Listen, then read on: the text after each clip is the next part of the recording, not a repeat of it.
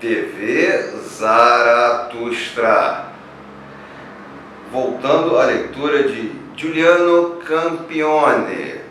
Maravilhoso, mais um livro da coleção Sendas e Veredas, do grupo de estudos Nietzsche, organizado pela mestra Scarlett Martin, que seria a pesquisa de Nietzsche no Brasil sem a mestra Scarlett Martin. Seria nada.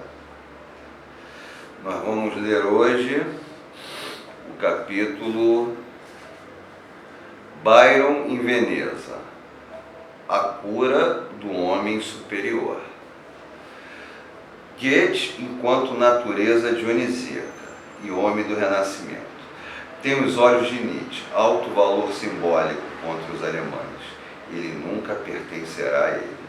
E contra o último Wagner, o que teria pensado Goethe de Wagner. Sua resposta é sufocar com ruminação absurdos morais e religiosos. Isso é o caso Wagner. Quando Barbey d'Urville lançava contra Goethe, Deus dos áridos e dos impotentes, Deus dos secos e dos pedantes, seus escandalosos anátemas, nascidos de uma paixão turbulenta e exagerada que se pretendia energia. Ele tão somente retomava por sua conta os preconceitos de uma certa crítica, que se considerava simbolicamente a mais elevada da Alemanha, na intenção de liberar a França depois da derrota de 1870, de toda a influência cultural alemã. Barbey d'Urville via na impassibilidade de Goethe, em seu epicurismo, em sua arte fina e calculada, de, abre aspas, comediante adornado de artifícios e, abre aspas, enrijecimento por posar em mármore. A expressão da cultura moderna desvitalizada. As atitudes do poeta alemão caracterizam então os novos pequenos soldados de chumbo da literatura que deram a si mesmo orgulhosamente o título de impassíveis, ou seja, a França no recalque de ter perdido a guerra franco-prussiana para os alemães, para a Alemanha recém-unificada, tenta fazer uma limpeza cultural do que é alemão e tentam desqualificar Goethe por puro ressentimento e recalque de terem perdido a guerra. Aliás, a França não vence uma guerra há muitos séculos, então é bom que o Macron não entre nessa. Em Taine encontram-se posições que correspondem plenamente às de Nietzsche. Taine é outro autor francês que não achava que Goethe tinha que ser varrido. Goethe representa uma saúde superior e um equilíbrio clássico em relação à doença do homem moderno. Goethe representa uma saúde superior e um equilíbrio clássico com relação à doença do homem moderno, que é a do exagero da sensibilidade, da desproporção entre seus desejos e sua potência, do esquartejamento e do contraste incuráveis entre suas faculdades. Pode ser afinar, ele se desarranjou, opôs o sobrenatural ao natural, a depuração da consciência humana ao desenvolvimento do animal humano. A virtude não é mais, para o homem moderno, a expressão do instinto livre. O divórcio entre as delicadezas da alma e da saúde do corpo é profundo. Depois dos grandes artistas do Renascimento, um único poeta, Goethe, o restabeleceu nos tempos modernos. Na Ifigênia de Goethe, Taine vê plena realização dos valores que ele coloca como mais altos. A Grécia e o Renascimento ainda estão vivos, em uma experiência em que o equilíbrio é frágil e se remete ao milagre. Apenas a enorme potência criativa, a amplitude e a paciência do gênio de Goethe podem, por natureza, dar uma forma superior à massa de ideias, de impulsos e de noções que convergem para o coração do mundo moderno. provindo de todas as direções do espaço e do tempo, as expressões empregadas por Taine, para caracterizar o homem que habita hoje a grande cidade, cujo modelo simbólico é Paris, são muito próximos daquela que Nietzsche utiliza, múltiplo e cosmopolita, como ele.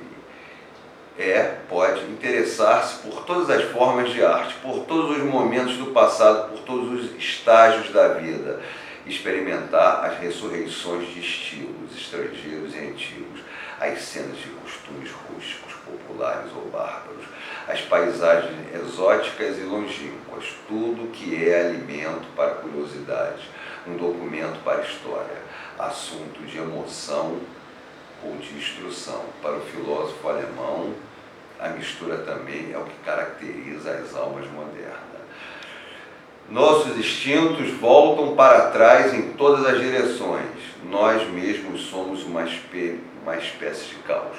O homem moderno como uma espécie de caos. O homem europeu é uma mistura, a história inteira e seu magazine de fantasias.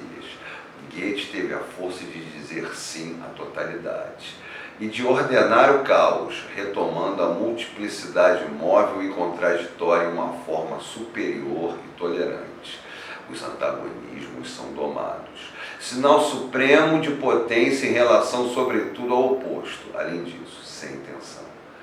Ao lado de Goethe, clássico e dionisíaco, encontramos em Nietzsche Lord Byron, o homem superior, caracterizado pela força do esquartejamento. Essa figura acompanha de maneira subterrânea, mas contínua, a reflexão e a paixão do filósofo a respeito do homem superior.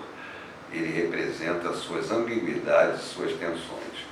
O homem superior é, em Zaratustra, o personagem conceitual, que mantém laços estreitos com a morte de Deus, como além do homem com o eterno retorno.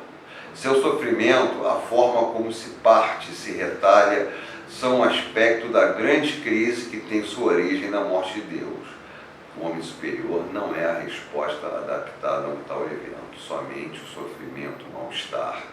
O grande desprezo, a não resignação que acompanha sua vida tem ao mesmo o sentido de sua resistência, senão um movimento de refluxo contra uma época que vai resolutamente na direção do último homem. A morte de Deus é o maior evento. É o ponto intermediário mais perigoso que se pode levar ao último homem. Deus está morto. Apenas os homens ainda não perceberam que eles apenas se alimentam de valores herdados. É possível, pois, assegurar-se plenamente que as pequenas virtudes dos pequenos egoísmos que reforçam o processo de Verlaine-Hung. Face a isso, o homem superior não se resigna, desespera-se, exprime sofrimento e mal-estar. Abre aspas. Amo-vos, homens superiores, pois vós ainda não sabeis viver. Assim vivem, da melhor maneira. A história passada parece como o lugar da negligência e do desperdício. A humanidade apenas como material de experimento. O formidável excedente de homologrados, um campo de ruínas. Trata-se de experimentar perigosamente novas formas de vida, que escapam à falsa certeza metafísica do herói idealista de Carlyle, que com sua fé marcha com Deus e exprime a divindade do mundo. Maravilhoso, maravilhoso. Ou seja, Byron é o homem superior. O que é o homem superior? É aquele que compreende que Deus morreu, mas não consegue dar o passo além.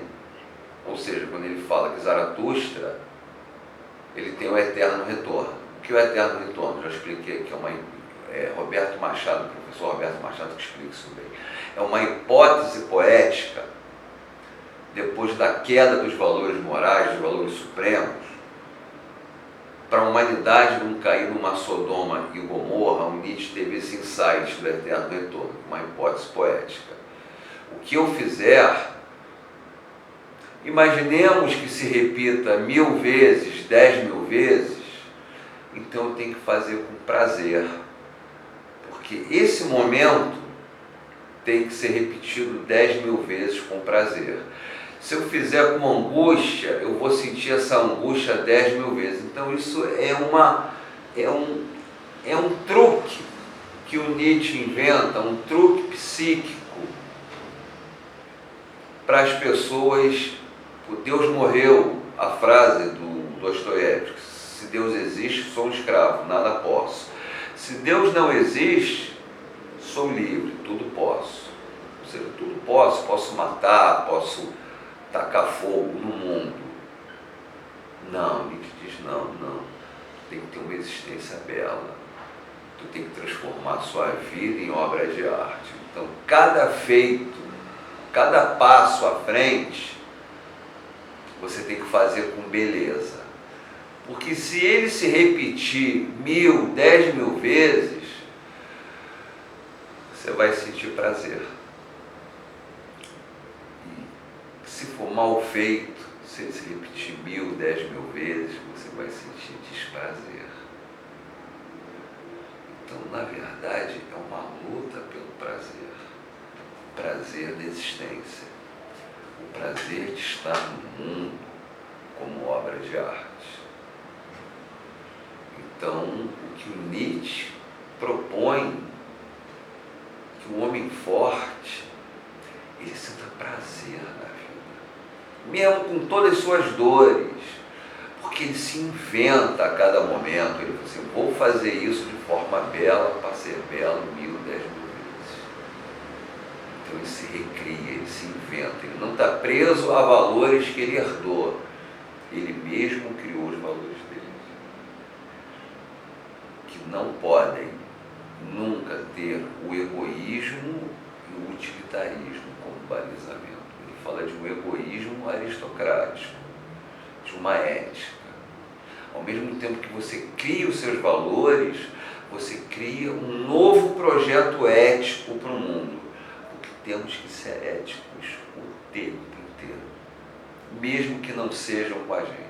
Não nos rebaixemos. Não, se não é ético comigo, eu não vou. Se arranco os meus dedos, vou arrancar os dedos dele. Não, deixa ele tentar arrancar os dedos. Ultrapasse. Assim, os homens superiores, ou seja, aqueles que veem a morte de Deus, mas não conseguem dar o passo à frente do eterno retorno, são, cada um em sua situação, os produtos extremos de uma época de transição, incapazes ainda de dominar e de ordenar os numerosos instintos contraditórios dos quais são constituídos, enquanto os filhos da modernidade. Nietzsche analisa as múltiplas expressões que designam uma decadência historicamente definida: o exotismo, o cosmopolitismo, o culto do primitivo e do inocente, a religião do sofrimento, o tostoísmo, ou seja, Tolstói, o wagnerismo, como uma espécie de ópio, o budismo, que em toda maneira comportam um mal-estar e uma recusa ao homem médio e seu apequenamento progressivo. Muitas facetas da decadência são representadas nas figuras simbólicas e alegóricas do homem superior, na quarta parte do Zaratustra. A montanha de Zaratustra é envolta por névoa de aflição e miséria. Na primeira parte é preciso deixar claro o declínio e sua necessidade.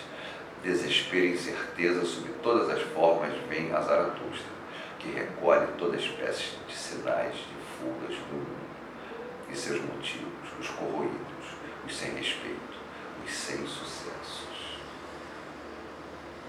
Enquanto além do homem se situa para além da essência da espécie e de sua atividade, o homem superior só é superior relativamente aos cânones sociais do julgamento. Ele reflete de forma dramática a crise dos valores, própria a um certo período da história, sem ser capaz de suscitar uma alternativa, totalmente condicionado por valores antigos. Mesmo na recusa extrema ou na tentativa de inversão, sofre por consequência dessa crise. Nessa medida, é um decadente. Fechamos aqui esse módulo de Giuliano Campione, o capítulo Byron em Veneza, a cura do homem superior. Maravilhoso, maravilhoso, maravilhoso. Só mais um fragmentinho. Para o homem predestinado a determinar os novos valores, opondo-se ao apequenamento progressivo do humano. É um culto que recusou toda a pátria e todo o conforto, capaz de mostrar a nova via do grande estilo, assenhorar-se de sua felicidade, assim como de sua infelicidade. Se Goethe é, segundo Taineu, o poeta único do universo que escreveu com Fausto a epopeia do século e da história do espírito humano, Byron é o poeta da pessoa, um concentrado de vontade. Fechando esse capítulo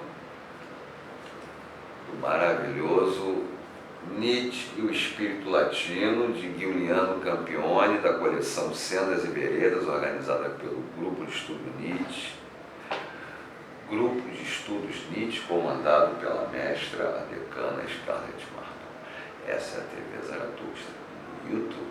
Entre, curta, inscreva-se e compartilhe. Se você chegou até aqui, tem mais de 380 vídeos, você pode maratonar. Pode tirar uma semana e ficar estudando Nietzsche. Qualquer dúvida, me manda uma mensagem que a gente troca e-mails e eu faço uma assessoria sua. Valeu? É isso aí, TV Zaratustra.